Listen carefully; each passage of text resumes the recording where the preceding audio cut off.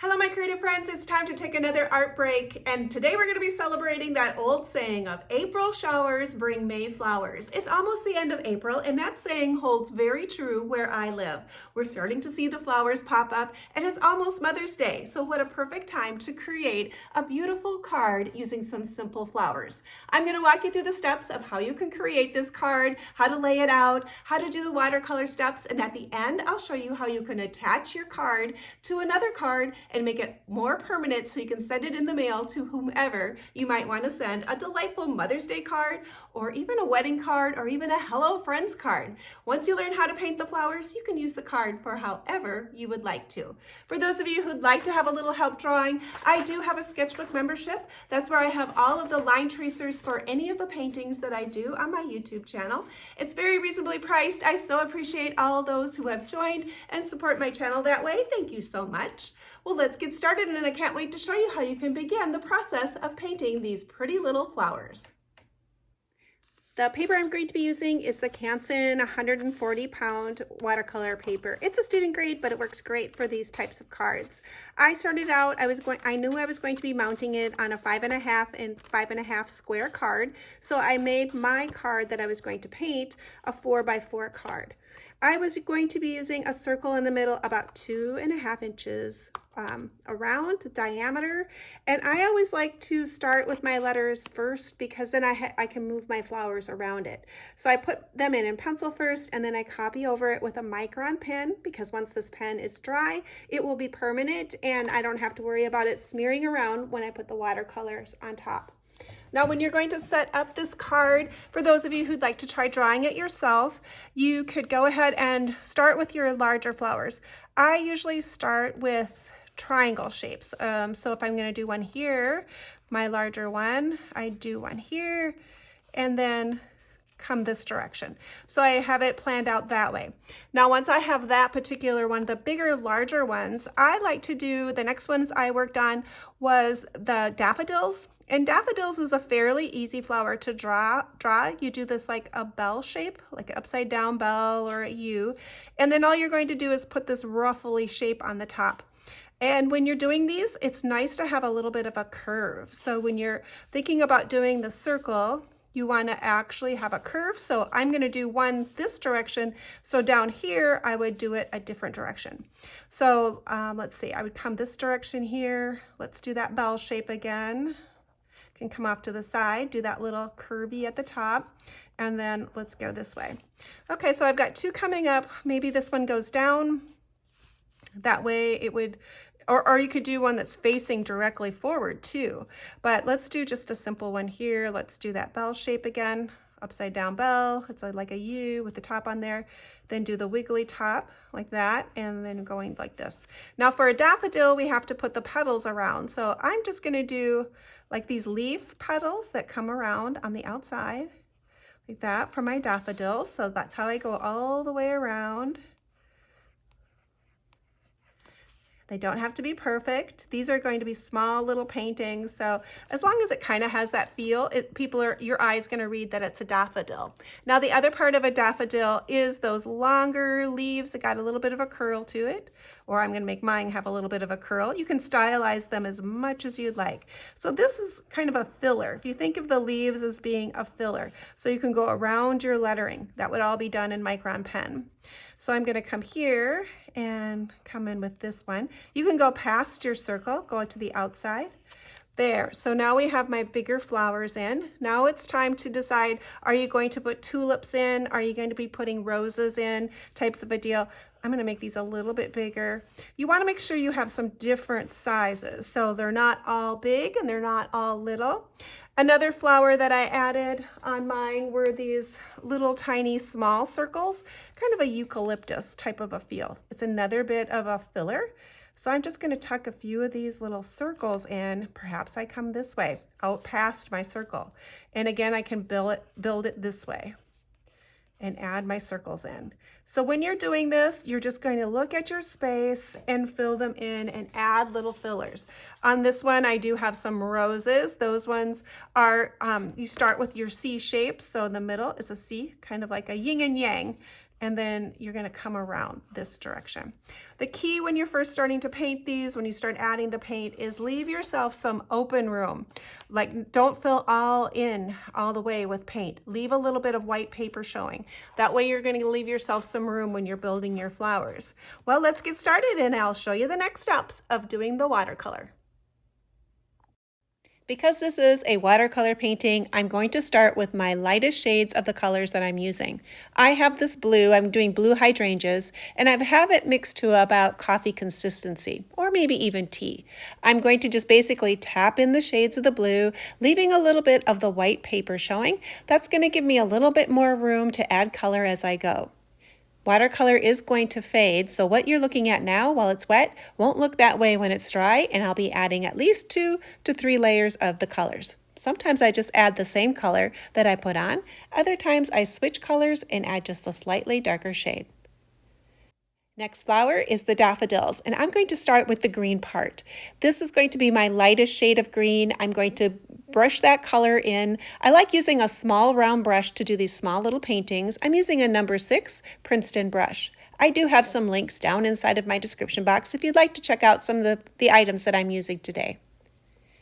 Now, when doing these little flowers, it's important to switch up your shades of greens.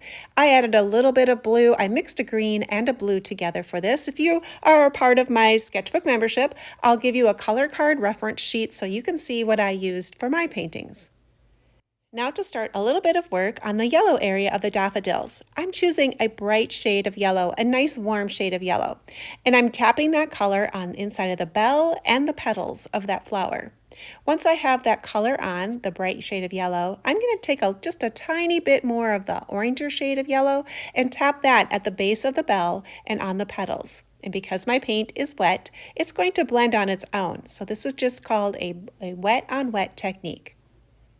Now to switch up the leaf color again, I just pick up just a tiny bit more blue, a little bit of green, and custom mix my own color. It's nice to have just a puddle of color at the top, adding and changing up the blue and the green difference, and that'll help me change the color of my leaves.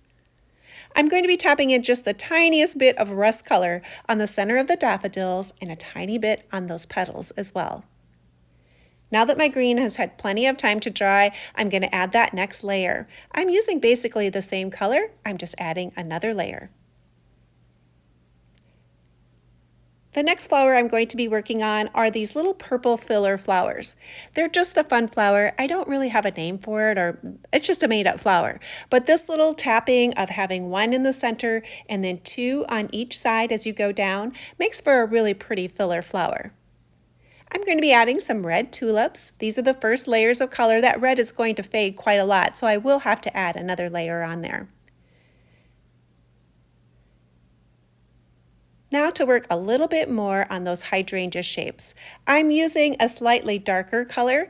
It's mixed to about maybe in between coffee and cream. It does have a little bit more pigment in it, and it is a darker shade of blue. But I'm just doing little tiny taps of that color. And while that color is still wet, I'm going to be picking up a slightly darker color, the Payne's Gray color, to tap that in. It's also a little bit mixed, a little bit heavier with a little bit more of the water off to the side, and I'm just tapping it in because that blue color that I just put on is wet, and then now tapping in the darker color on just one side. Those colors will mix together and do a little, I like to call it watercolor magic, and blend on their own. You can see me doing that same technique here. As you're building these flowers, you're just adding in the little bit of filler. If you're following along on the tracers that I've given you, you can trace it out, but remember, you can always have the freedom to create whatever might look good for yours as well. I'm adding the smallest little pink roses here in my set, and they're just kind of a tiny little pop of pink, and it looks really pretty on these cards.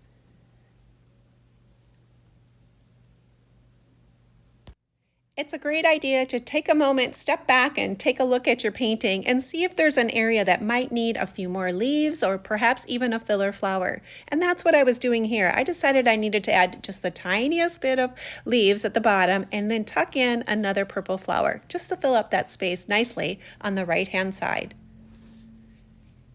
Because these paintings are so small, I suggest doing multiples at the same time.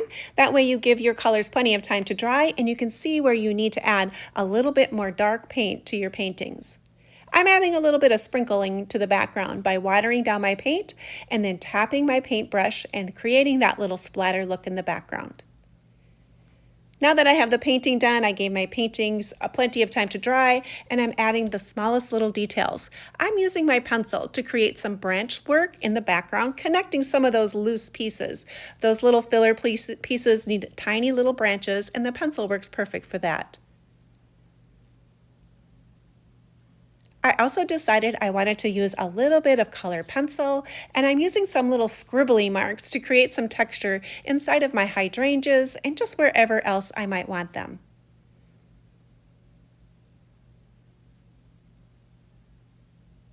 I'm also going to be using the color pencils to create a little loose border around the edges.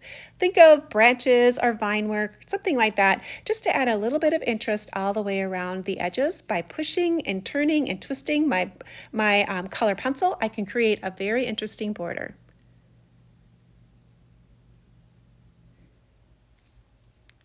Now that we have these cards all painted, let's talk about how do we protect them? How do we get them onto a card so we can mail them in the mail? The first thing you're going to need to do is spray your cards. This is a matte clear varnish. I like using this. I use 2 coats of really light coats of varnish, and that will seal all of my watercolor in, and I don't have to worry about it because it's going to be handled or mailed. It should be permanent by adding that clear coat on the top.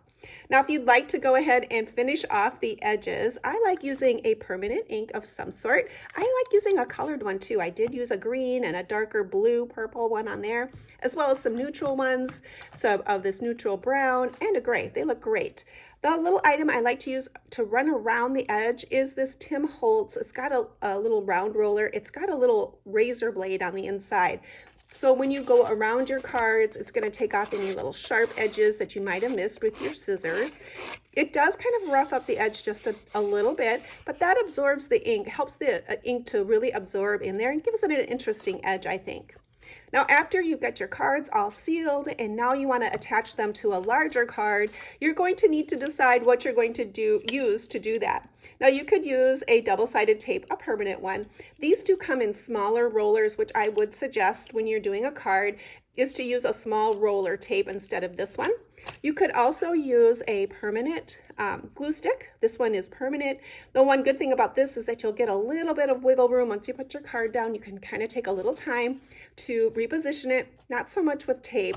Or the other option that you could do is use a spray one. Now, this is a great glue. It works really, really well, but there's not a lot of repositioning. Once you put that card down, it's pretty much stuck.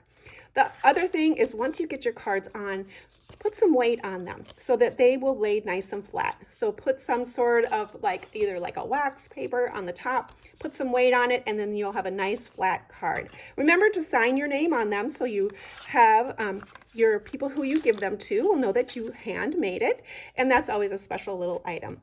Now, these cards don't have to be used for Mother's Day. They can be used for wedding cards or birthday cards or hello friend cards, whatever you would like to do. Now, I do have a playlist if you'd like to learn more about flowers and how to paint them. I have some in acrylic paint as well as watercolor. Make sure you give me a thumbs up. Leave me a comment if you enjoyed watching how to paint these little cards. It really does help YouTube push my video out there, and I so appreciate you doing so. And if you enjoyed watching, hopefully you'll come back and you'll join me again, and perhaps next time you'll paint right along with me.